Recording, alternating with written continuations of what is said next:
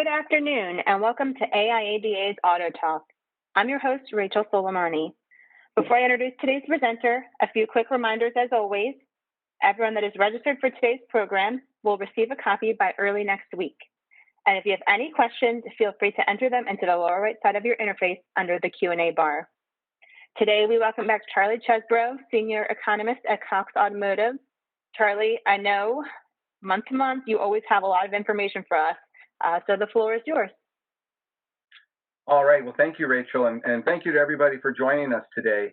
I'm going to give you the quick roundup of what we see going on in the automotive market and kind of take you through sort of three quick topics here. What's going on regarding the virus and the U.S. economy, give you a quick update on what we're seeing in our data feeds of what's happening in the new and used market, and then talk a bit about what we see as the outlook and maybe some hurdles and obstacles that we're going to be dealing with here over the next 12 months. I will say in summary, really nothing substantial has changed in the market since we last spoke back earlier this summer, last month. But we still are continuing on this trajectory of the market coming back slowly. But there are some interesting trends that are emerging that could be troublesome for the market. I'm going to talk you guys through those in just a few minutes. But let's start by talking about the virus itself. This is a map of the United States, and we at Cox Automotive are actually doing our own threat assessment by county around the country and kind of establishing what we see as sort of red danger areas of the country in terms of infection rates and the number of hospitalizations and deaths that are happening, and then those markets that are actually doing quite well. And you can see, as we've seen for a number of months now, this pandemic is really having a varied impact across the country. But we can clearly see that in the South, in Texas and Louisiana and Florida, there are a number of dark orange or red areas. There's still a lot of concern about those markets. You know, we've lost, 192,000 folks at this point, and we are infecting about another 30,000 people every day on average recently. That's down a little bit from the peak we were at in mid-July, but it certainly remains in troublesome territory. Really not much to say other than folks appear to be getting a little bit more comfortable with the virus in terms of continuing on their daily activities. Everyone's getting back to school. The concern now is will that going back to school exacerbate the problem? Certainly, we're seeing some outbreaks at colleges around the country where the virus is starting to spread as the college-age kids get back to school. Hopefully, we won't see similar activity in the high schools and the primary schools, but certainly it's a risk that we're looking at, and that could hold back the recovery if we find that more and more places have to shut down or send people home. The other side of the coin that we're also dealing with is what's going on with the economy and really the unemployment situation. We saw that the unemployment situation improved quite a bit with the numbers that were announced at the first week of September for August. The unemployment rate fell to 8.4%. That was down from nearly 10% the month before. 1.4 million jobs created.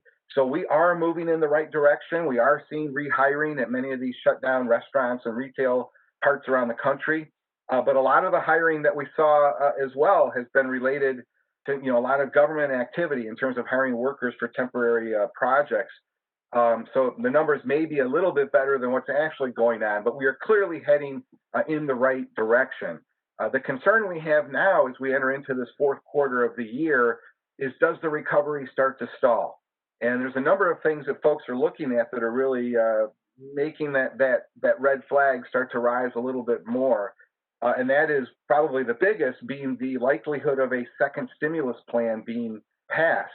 The basic assumption is that when Congress passed something in April, that was just the first round. They would be doing more. But at this point, it seems like it's a political football, and they can't come to any kind of an agreement on what to pass in terms of stimulus and getting more money out to American citizens, particularly those of lower income. So we're concerned that we could see this fourth quarter that default rates on loans are going to start to spike a bit, that we're going to see repossessions start to spike. As we get further and further away from that initial stimulus, folks are going to find themselves in more and more difficult economic circumstances. So that's kind of what we're watching for here in the fourth quarter. When we look at the employment situation around the country, where we have continuing or high levels of unemployment, or folks that are continuing to receive claims, clearly New York, Nevada, California, these are markets that are still being hit hard. It is likely that the situation isn't going to change dramatically, at least on a relative basis, anytime in the near future. It's going to be a slow recovery throughout the rest of this year. The other thing we watch closely is what's going on with consumers and how are they viewing the situation. And this is Morning Consult's data on consumer sentiment. They talk to thousands of people every day. And I think this is really kind of a good gauge of the overall measure of where the U.S. economy is at least in terms of from a consumer's perspective. And we can see that we fell dramatically from late February to where we bottomed there at the beginning of April. But we're now starting to see a recovery. We're now up about 11% from the bottom. But as you can see, it's been a very slow, methodical, but consistent upward trajectory on this consumer sentiment. I think we're just finding people are starting to settle into this new reality that we're all having to deal with. And so we're certainly past the shock phase. The question was how do we get these folks to start being more confident again? The other thing I would just point out is that as we approach this election, and I think I showed a slide on this the last time we met, but when we look at that consumer sentiment of 90 right now, that's the average across the country. Really, you have many different constituencies in the country, some happy, some sad, but on average, we're at 90. And if you split that data by political affiliation, you would find that Republican sentiment is very, very strong. Democratic sentiment is very, very weak. And so on average, we're at 90 right now. But the question is once we come up to this election, depending on who wins, whether people see the country as the glass half full or the glass half empty may switch dramatically. And that could be a big change underneath the economy, whereas if we only look at the top line number, it may remain fairly consistent. But what makes up that number and how people view the economy may be changing dramatically behind the scenes. I would just have you keep that in mind because it remains quite volatile how the election turns out, because it could really impact how people view the market and view the economy and whether they're going to want to go out and buy a vehicle. The other thing we're starting to see in terms of consumer sentiment is that we are seeing some green shoots around the country. On the left here, this is showing across 140 of the largest DMAs or metropolitan areas. And we can see that the darker red you are, the more severe the decline in consumer sentiment from February 29th. And you can see that it's pretty widespread around the country among these large DMAs that there has been a large decline. But as we look at sort of recent data points and where we can see upticks, that's what we can see on the right. And since August 31st through the first part of September, we can start to see that there are a number of green markets around the country where things are starting to improve, that the outlook is gaining. However, there still remain some dark red markets too, where things were bad and people still view them as possibly getting worse. So again, when we look at the whole economy and the different vehicle markets in aggregate, a lot of the underlying stories that are occurring does get lost. So we do have to keep that in mind. The other thing we've been doing at Cox Automotive is we continue to do interviews with a number of folks through our online data collection services that we do. And one is we identify who's in the market to purchase a vehicle sometime over the next 6 months. And one of the things that's been interesting is that before the outbreak, I had identified about 20% of our respondents had said that, yes, they're in the market to purchase a vehicle within the next 6 months. That held up pretty well during the early stages of the pandemic, but it's been ticking down pretty consistently. And the most recent data points suggest that only 15% of our respondents are considering to buy a vehicle within the next 6 months. So, that's a fairly large decline. We lost a quarter of potential shoppers because of the circumstances that we have right now. This will be something that we're going to want to keep an eye on. Clearly, we're going to want more and more shoppers to become intenders. But as long as that consumer confidence remains down, and I would add, I think the uncertainty around the election, I think a lot of folks are just going to kind of wait right now till we kind of get through a lot of this uncertainty before they're going to recommit to buying a vehicle. And I'll show you another slide in just a moment that talks about maybe they may have some trouble actually finding their vehicle because of some of those inventory issues.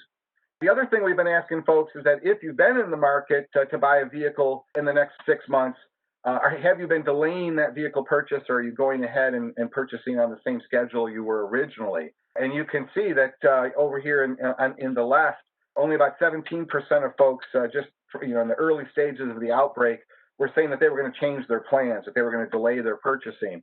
But that actually spiked. It doubled in the early stages of the pandemic, and it's slowly been drifting back down, that we're now down to about 23% of folks intending to buy, saying that they are going to delay. So we are moving in the right direction, but clearly, we're not back to normal. We're still seeing folks out there a little bit concerned about what's going on.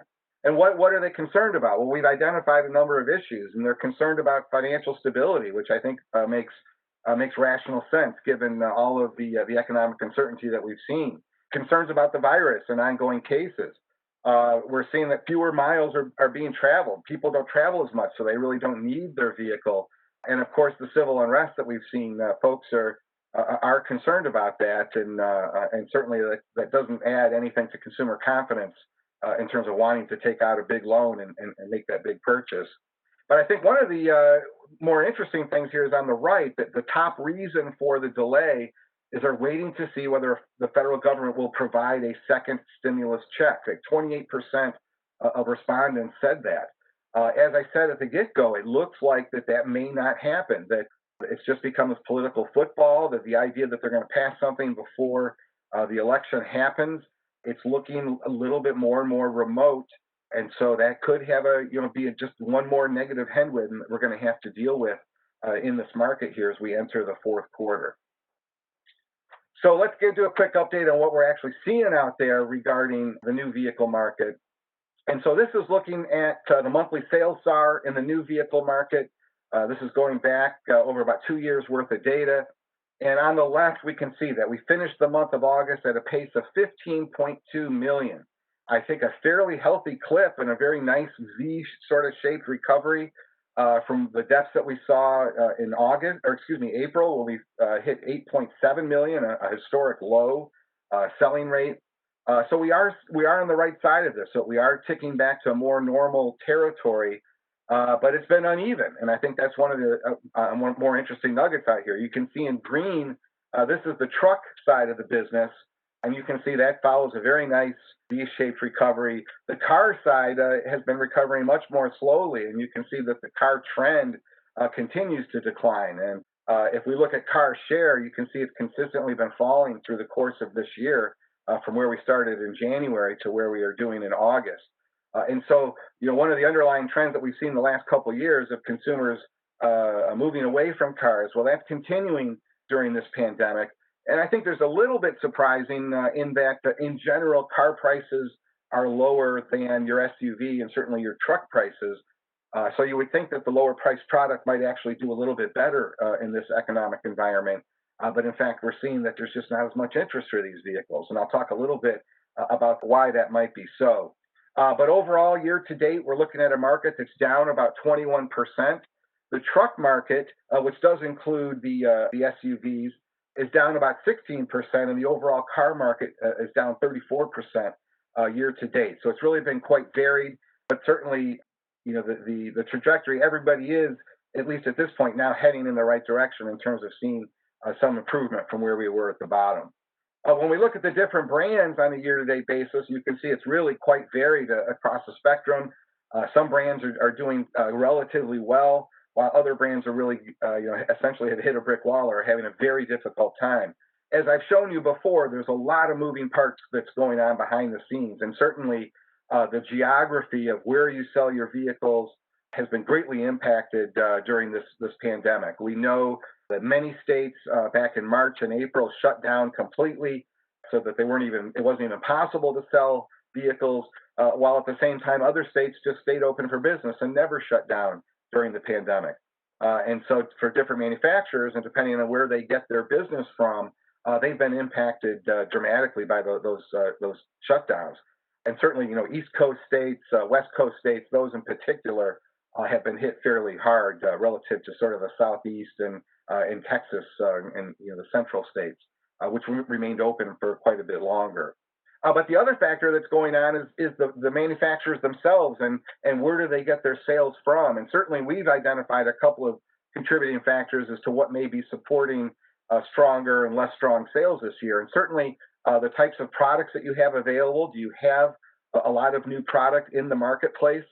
Certainly, that's been helpful for the Korean manufacturers. Both Kia and Hyundai have seen some relatively strong year-over-year gains on the backs of some of their new SUV products. And at the other end, if you're heavy in the fleet business, if you do a lot of rental fleet or commercial fleet, there's been a big pullback in fleet activity this year. The overall fleet market is down about 45% so far year to date, both commercial and government and rental all combined. So if you're heavy in that fleet business, as we know that Nissan and some of the other manufacturers are, you've been hit particularly hard by that as well. So it's really been a lot of moving parts, but at this point, we'd have to say some of the early winners are, the Korean manufacturers, and I think we'll see that the pickup truck manufacturers are those that have been selling pickup trucks. Your Ram, your Chevy, your Ford have seen those pickup sales do relatively well during this pandemic. There's been quite a bit of interest in those pickup trucks.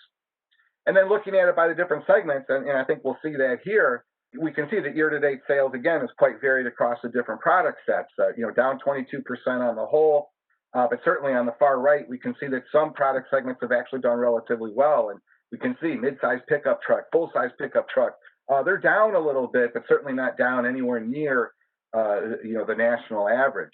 And then on the far left, I think it's kind of interesting. We can see quite a few car segments are popping in there. And again, that's just illustrating that there's just doesn't seem to be a lot of interest in these cars.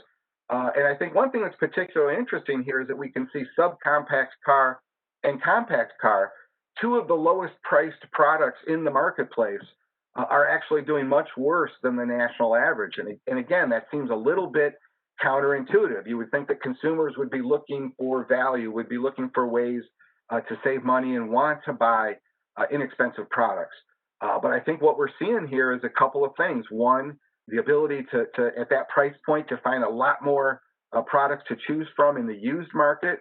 If I'm willing to take a couple-year-old vehicle with 30, 40,000 miles on it, I could get a nice sized SUV as opposed to a brand new subcompact car. So I think a lot of consumers are leaving these segments in order to buy in the used segment.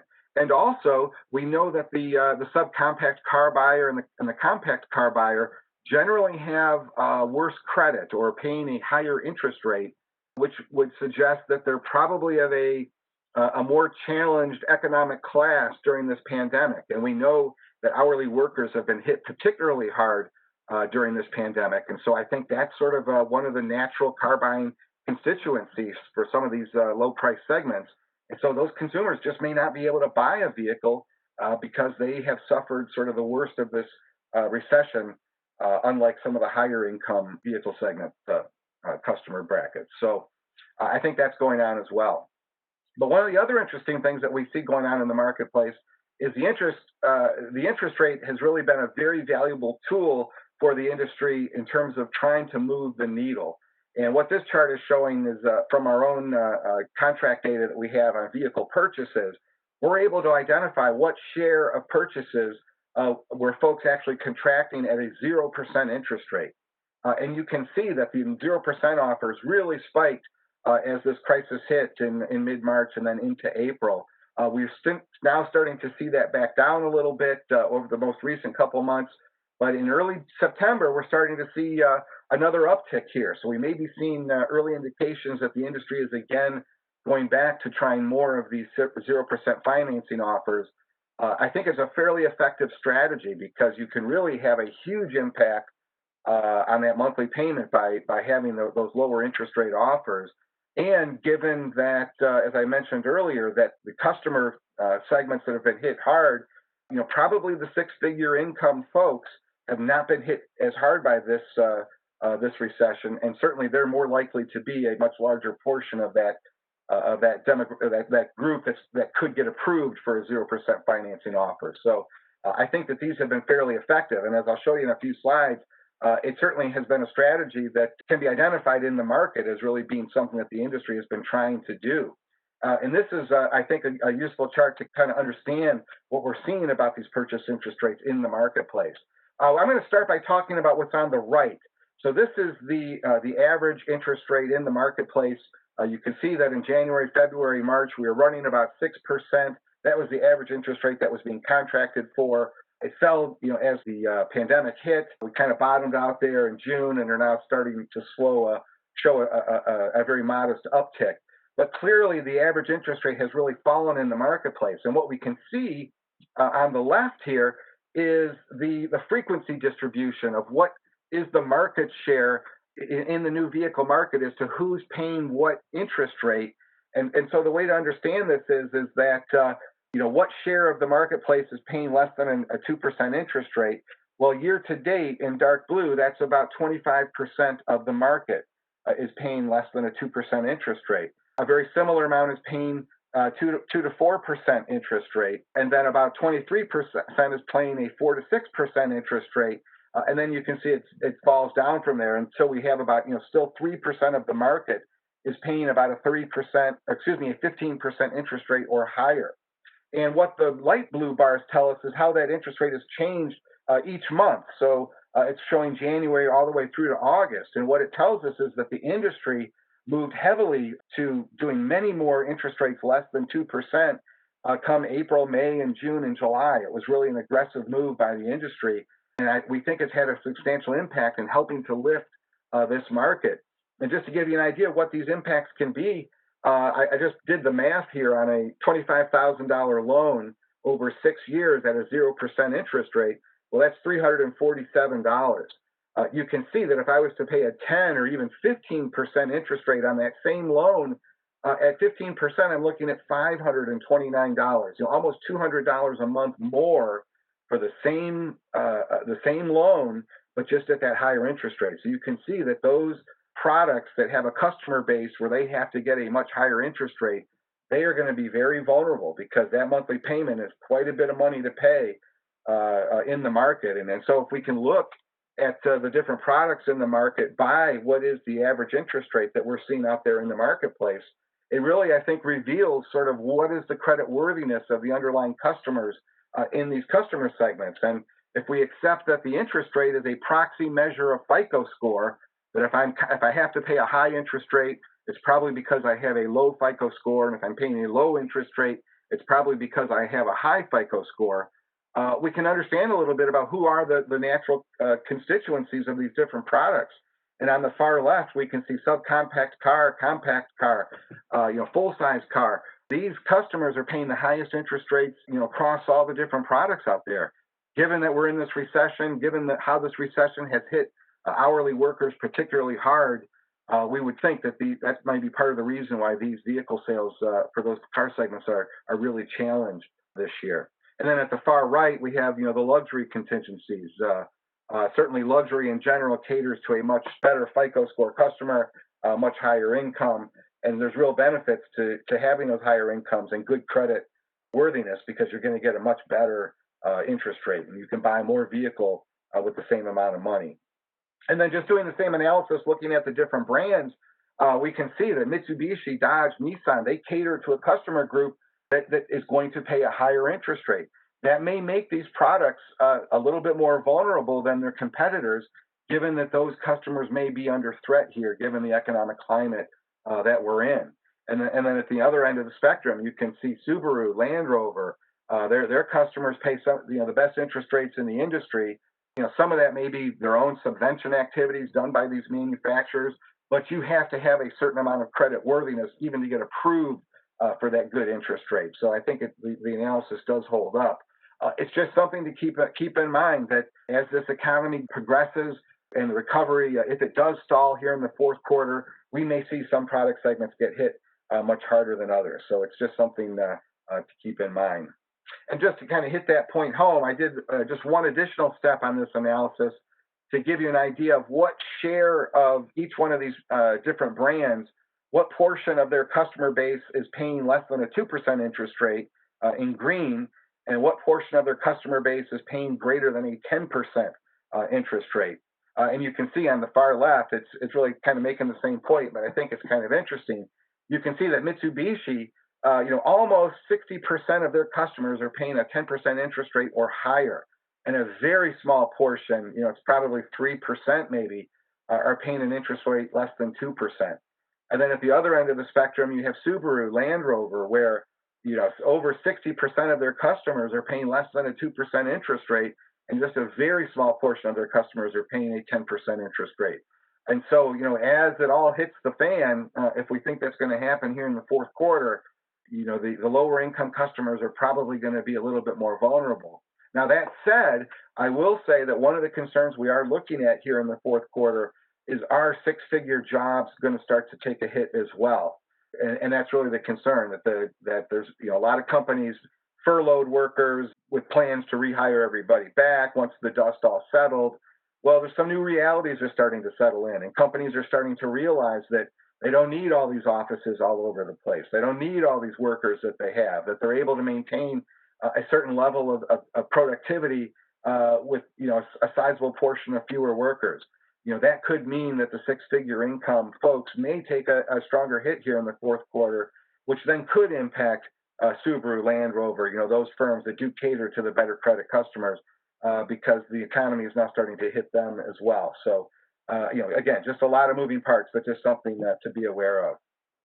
So in the last bit, I just want to talk about what we see as the outlook and sort of the obstacles that we see for the next 12 months. And, I think the big issue that we're dealing with right now, as I'm sure you're well aware, is inventory availability. And that's an issue that's really, I think, a very interesting one from an economist perspective. It's really quite interesting is what we're seeing out there in the marketplace. But let's start by what we're seeing in terms of sales. So this is showing rolling 30-day retail sales as we measure from our V-Auto data. In light blue is showing the used market. In dark blue is showing the new market. And you can see both markets are showing a very nice V-shaped recovery. But you can see that the used market actually had a very strong recovery initially, and now it's starting to back off again. And the new market is sort of continues on an upward trajectory. It hasn't reached a bubble stage yet, or a turning point just yet. And if you look on the right, you can see the annual change versus a year ago at the same time. And you can see that both markets followed a very similar trajectory on the downturn. The used market, however, came back much more quickly. But it's now, as I said, backing off a little bit and is hovering somewhere around 0% in terms of where it is right now on a year-over-year basis. The new market continues to contract. It's still in negative territory, but you can see we've improved dramatically, that we're now down somewhere in the neighborhood of a 7-8% range in terms of what we've been running using this 30-day total. So the markets are at different stages, but they continue to at least move generally in the right direction. But we do see that there is some significant headwinds. And as I said, we think it's going to be inventory availability. And this is looking at the new vehicle market. On the left here, this is available supply over the last 12 months. And you can see that it's just fallen off a cliff here as we fell into the depths of this downturn. The production facilities shut down. They weren't able to replace product as it's sold. And so we're at now where we can see available inventories is approaching 2.2 million, really levels that we have not seen certainly anywhere in our own data set, which doesn't have that long a history. But I think you'd have to go back a long time to see the shelves this bare. But the real question is, well, is that enough inventory given our selling rates? And one way to look at that is looking at the days of supply. So looking at how vehicles have sold over the last 30 days and the available inventory we have, how long will it last? And the days of supply, you can see that as the crisis hit and sales really fell off, days of supply really spiked. And there was a lot of concern that we've got too much inventory, consumers aren't going to buy.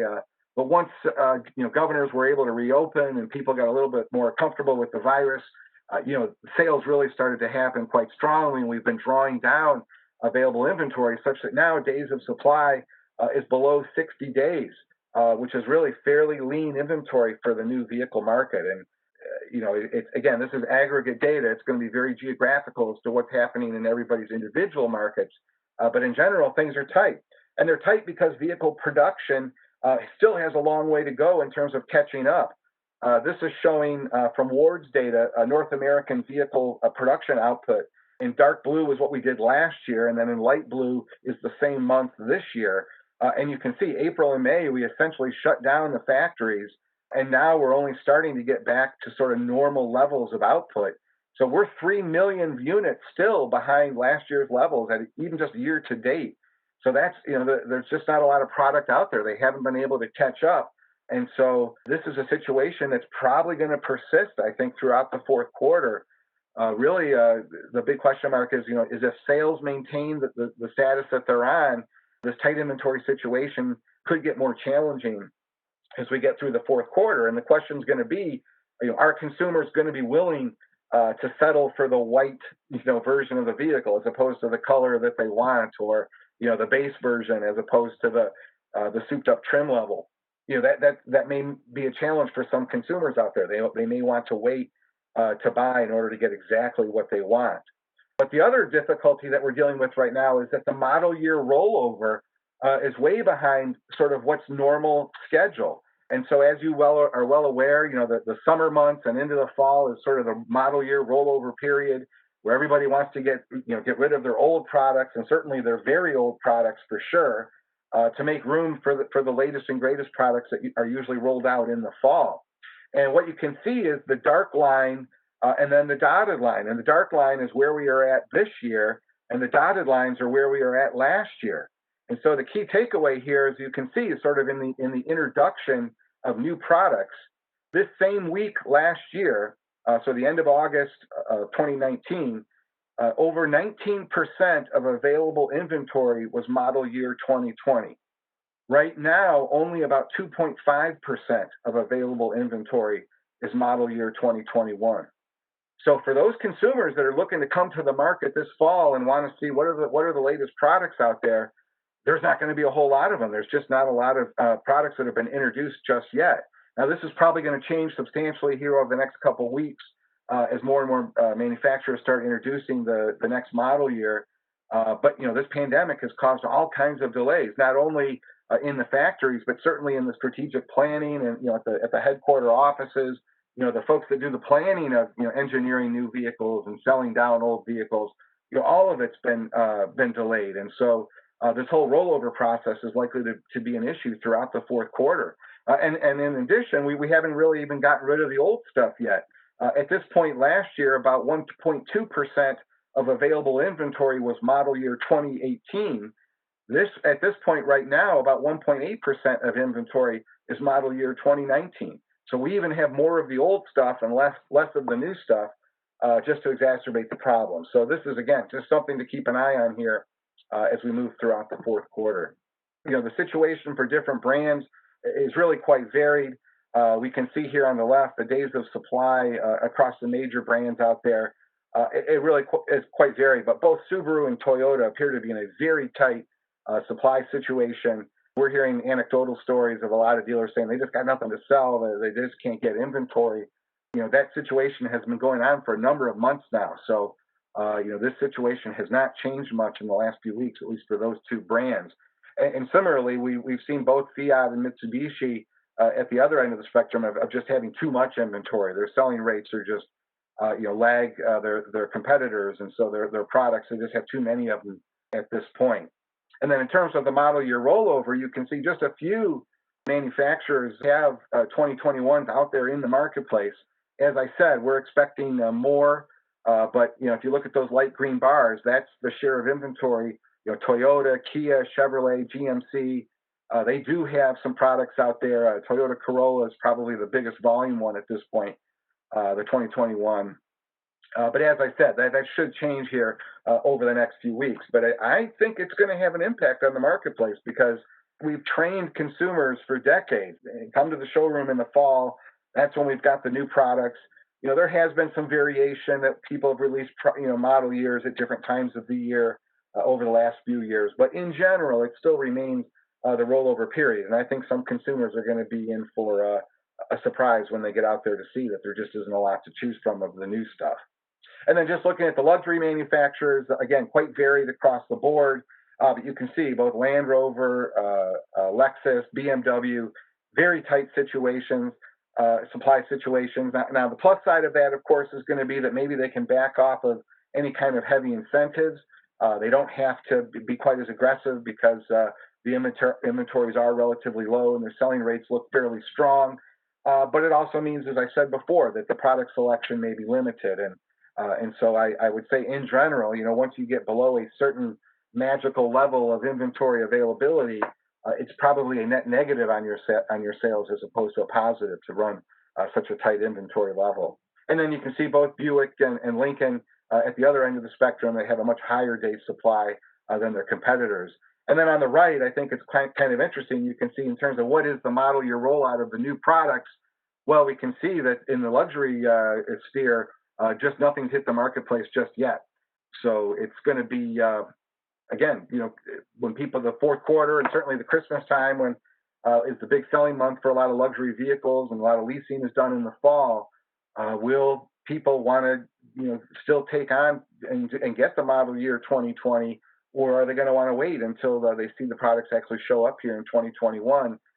If those delays, depending on how long that delay is, it's just something we're going to have to keep an eye on here going forward. And then interestingly, that was the new market. The used market is equally interesting right now, but also faces a very similar situation in that there's very tight supply in the used vehicle market. And on the left, you can see this is available supply as we measure it here at Cox Automotive. You can see it's fallen dramatically. We've had a little bit of an uptick, possibly through more trade-in activity as well as off-lease activity. But in general, it remains quite low. And what you can see on the right is showing the change in supply. Look at that red line. That's versus the same week a year ago. And you can see it just remains, far below, 20% below the supply levels we had at the same period last year. It's a very, very tight market. And I think that situation is likely to continue. And as we look at days of supply available, so based on recent selling rates, how long will our existing inventory last?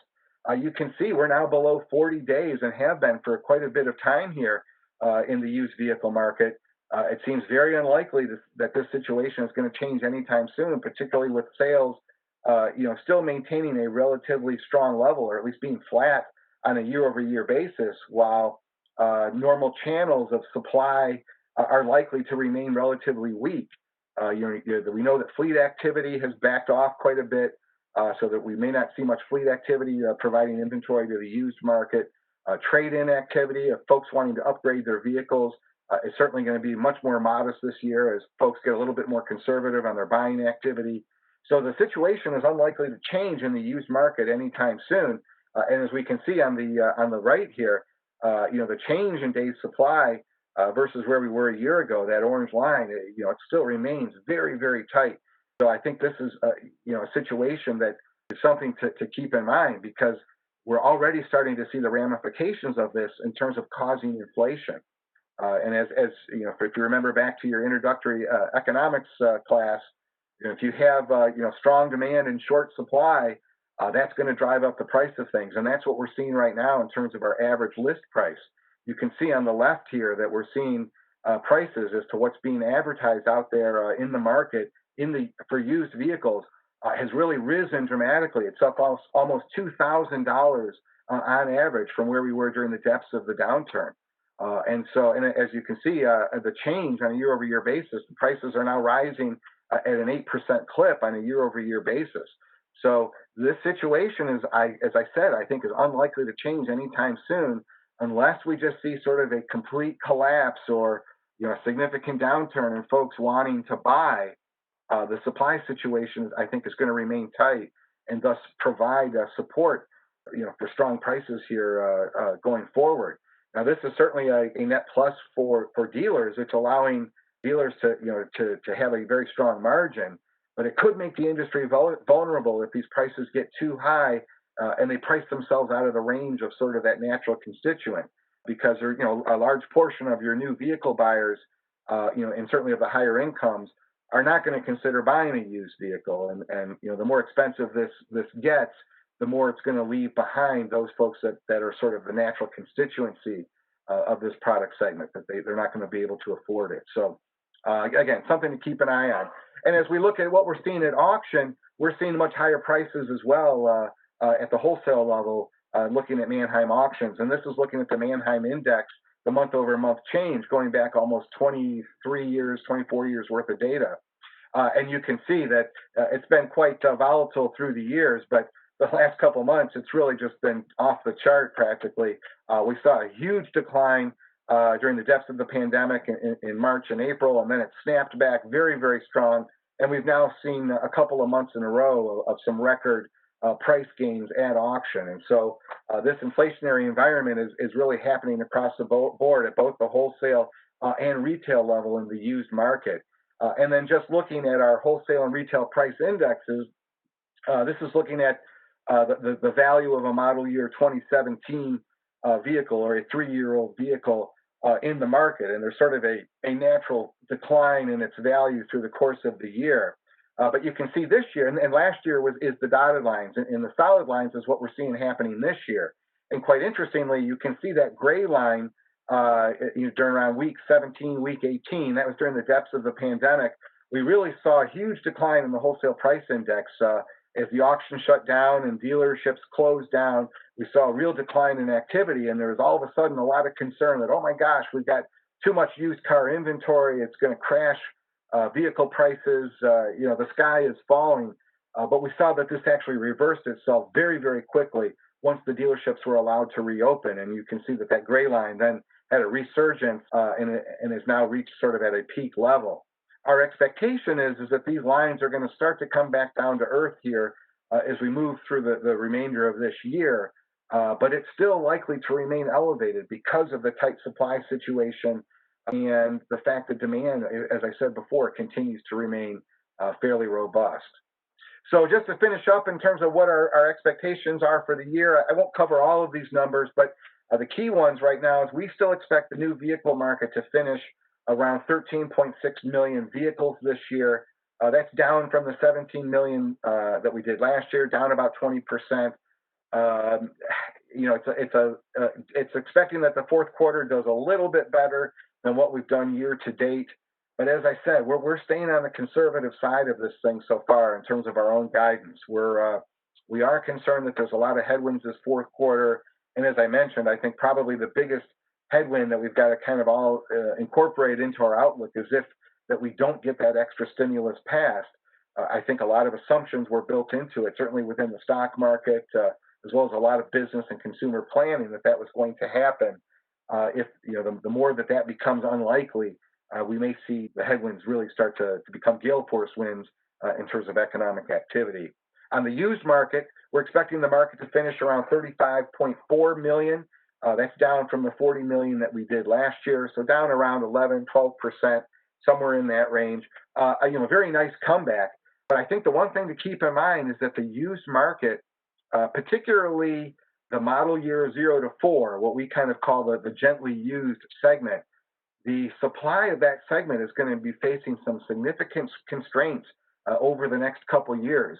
We're expecting next year to have probably a similar amount of supply of these model year 0 to 4s because a lot of that activity has already happened. It's sales that happened 2, 3, 4 years ago will dictate how many of these vehicles we will have in the market today or next year. But as we look forward into like calendar year 2022 and 2023 and 2024, the number of gently used vehicles is going to decline dramatically. It's probably going to decline about 2 million units by 2023, 2024. So in terms of limited supply that we have today, well, boy, looking forward over the next couple of years, there's going to be tremendous pressure because the supply is going to continue to decline. And a lot of that's just built in because our record sales years happened in 2015, 2016. Well, we're heading into 2021, 22, 23. Those vehicles now become old vehicles, and the amount of volume that we've done in the new market since those record years has been on decline. And so that means there's just more of a natural decline in terms of the available supply. And then when you throw in the pandemic and the fact that leases pulled back significantly, the market volume is going to be much lower this year. All of that suggests that off-lease volume in that gently used segment is going to be really under limited supply when we look forward, as I said, beyond sort of the next 2 to 3 year horizon. So in general, though, I would say that our expectations are is that it's just going to be a slow recovery. We continue to expect that we're going to get back to very close to the markets that we had before, but it's going to take some time. It's going to take a number of years to rebuild that. But as we had seen already, that doesn't mean that we can't see the vehicle market still do quite well, even though the overall economic environment may remain challenged. So with that, those are my comments for today. If folks have any questions, please send them my way. I'd be happy to respond to you. And if there's any additional topics that you'd like me to discuss for another time, please send me some ideas. I'd be happy to review those. Charlie, thank you for coming back each month to update us. I think this information is great and really important to get out. I know that there were some questions that came in. I believe that Charlie addressed most of them, but if he did not, like he said, email him or I, and we will get them answered for you. Those on the line, you'll be receiving a copy of this webinar by early next week. If you would like the slides in the meantime, please email me at S as in Sam, OLIMANIR@aiada.org. Join us back here on Tuesday, September 29th at 2 p.m. Eastern as our friends from Google talk about maintaining your sales momentum. So be on the lookout for promotions. For more information about AIADA, visit aiada.org. Thanks for joining us, everyone, and have a great day.